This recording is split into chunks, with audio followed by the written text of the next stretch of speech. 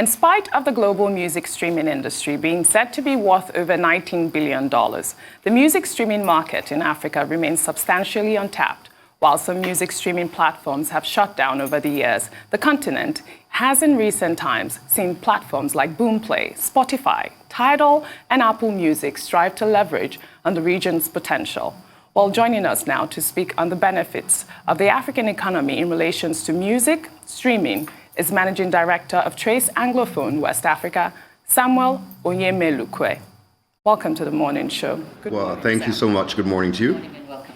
All right. Well, in recent times, we're seeing the genre Afrobeats and musicians across Africa gravitate towards the streaming platform. But you will agree that the African economy is yet to match its potential when it comes to profiteering from streaming. Well, in your opinion, what needs to be done to further accelerate this? And from your experience, how would you describe the streaming culture in Africa? Well, it's quite a complicated question in space because for streaming platforms to truly be successful, you need such a wide catalog of music. You need to have probably a good amount of the big Western hits. You need to have the current hits from all the big stars from whatever region you're in. But you also need to have every new song that comes out the next day, right? So for local streaming platforms, and you mentioned a few, it's a struggle. It can take a lot of finances, a lot of cash just to continue to build that catalog and have that catalog on a regular basis. And then on the flip side, for the consumer, clearly, the dynamics are still not quite there, right? For the core audience who would want to stream music, data costs are quite high. That's if their data is steady and can manage to stream properly.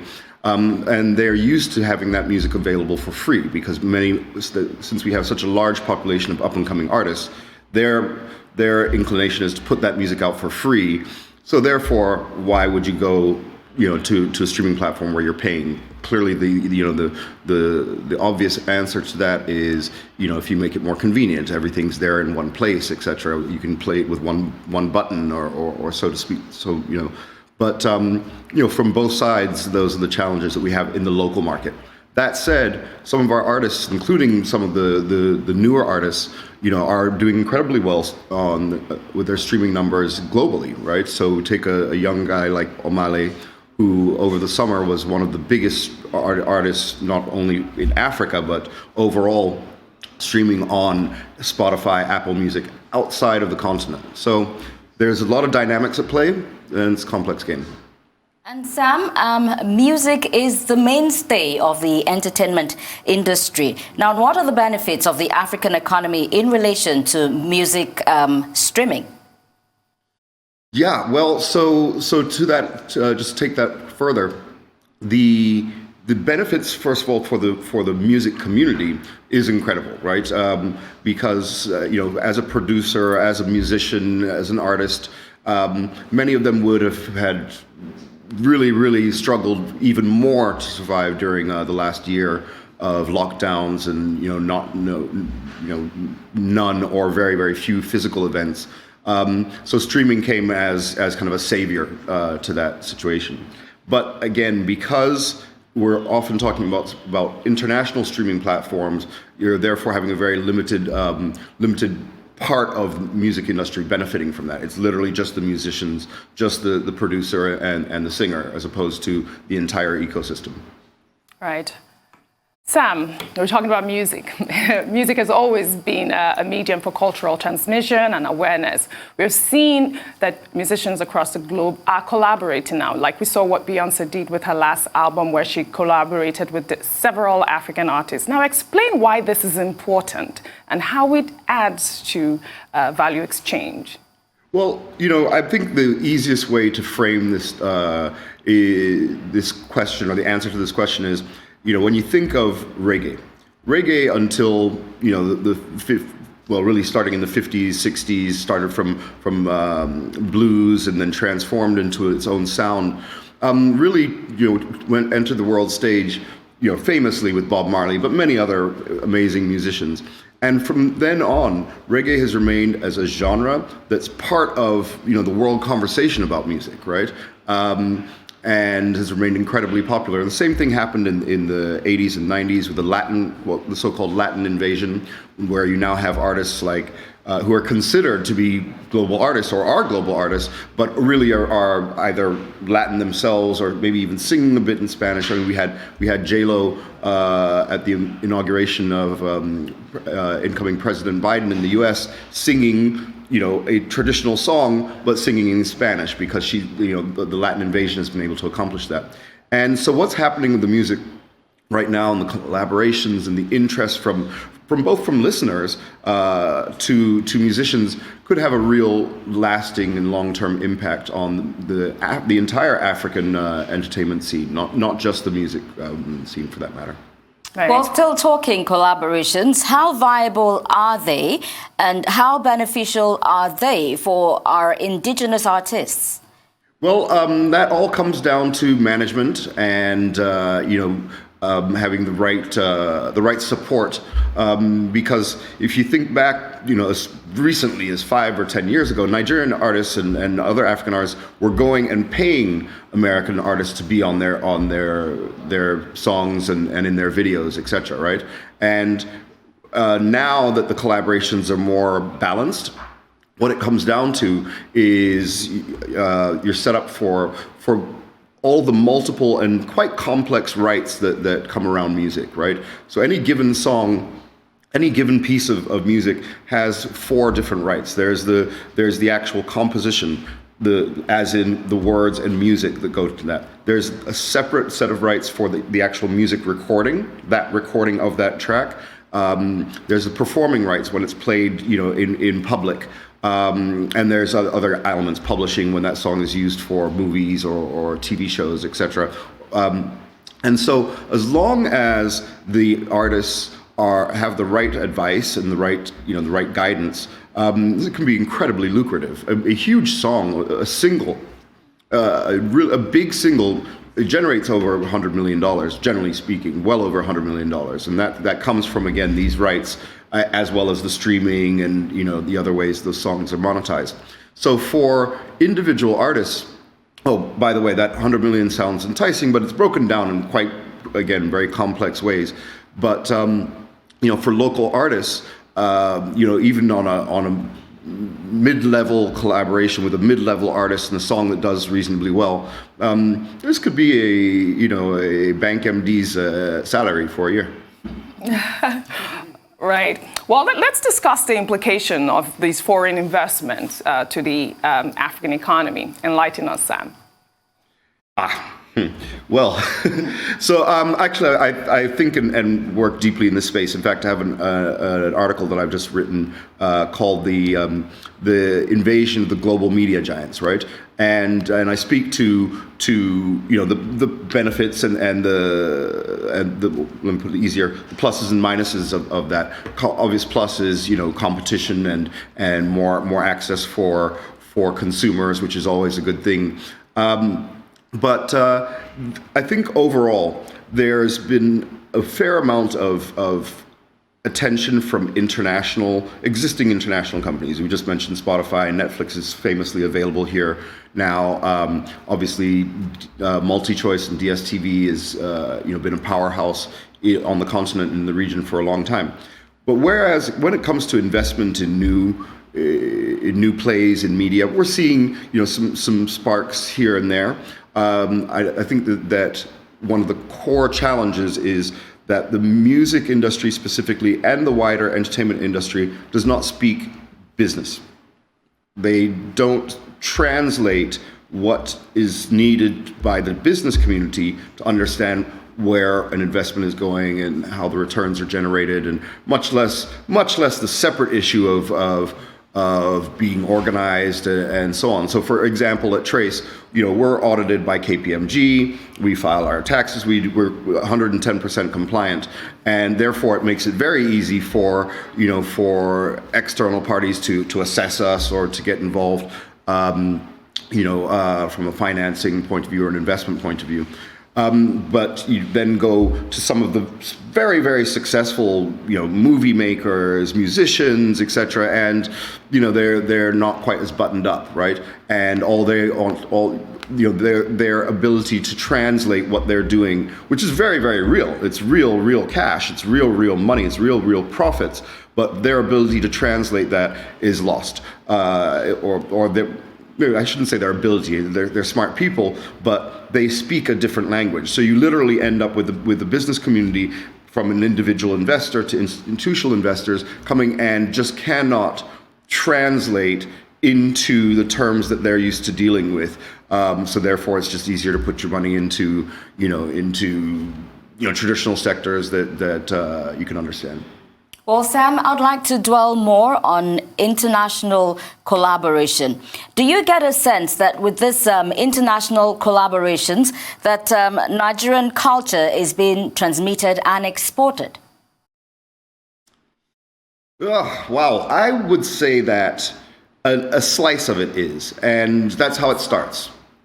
Right, because right now with let's use the example that OG used. That Beyonce's album last year had Wizkid, it had Tiwa, it had Shatta Wale from Ghana, a whole range of artists, but it was very much Beyonce's album with some people. If you think about a teenager in the States, they would have seen it as Beyonce's album with some interesting people on it, right?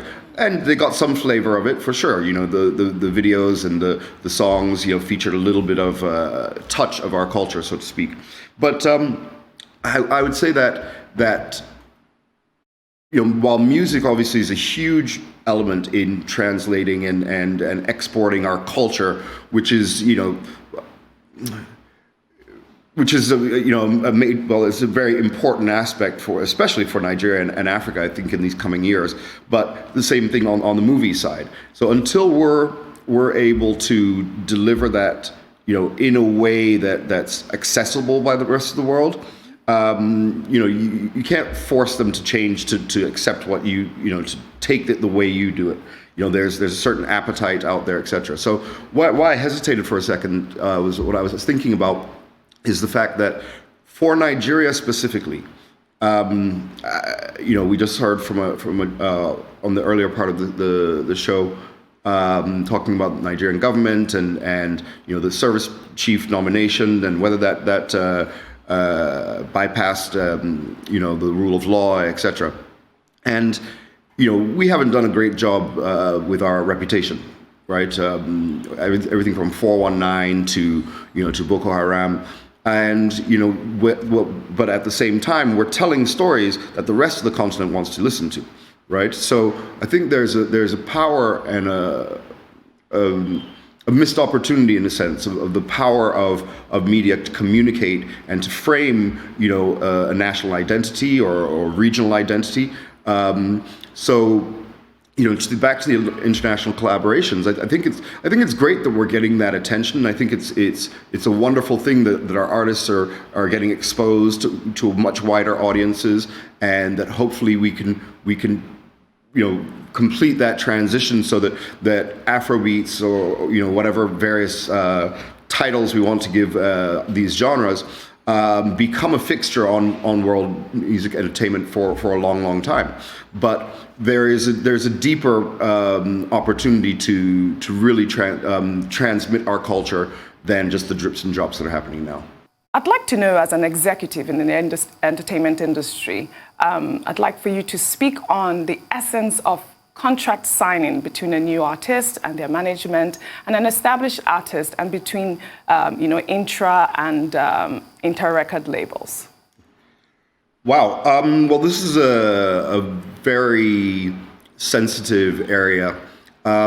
We found that over the years that a lot of artists, especially younger up-and-coming artists who've gotten excited at the amazing strides that the music industry has made, the glamour that they see some of the big superstars, and so that the influx of talent and talent and creativity and hope for financial gain is rife. It's alive. I estimate in Lagos alone, there's at least 250,000 up and coming artists, right? And so with that number, you can imagine that we have a wide range of types of individuals coming from different backgrounds, etc. So the respect for the rule of law, the respect for contracts, has historically not been very good. If I'm putting it very nicely. So you find that you have artists that, they'll sign a contract. Well, what you find is with record labels and the like, and I'm talking about smaller local record labels, you'll find that there's some respect for it, but it's mostly because of the individuals behind it. That artist knows Mr. So-and-so and so at XX label, and he knows that if he goes wrong, that guy's going to, badmouth him all over the place. But that's not a structure that protects. Or that's not a structure upon which to build, the legal implications of an entire industry, because that same artist will, for the rights for the ringtones or whatever, will sign 5 or 10 contracts, all supposedly exclusive, and he doesn't care. He doesn't care that these are exclusive or not. What are you going to do? Sue him? You're going to sue him? How long is it going to take? We might only be talking about 5 or 10 million naira.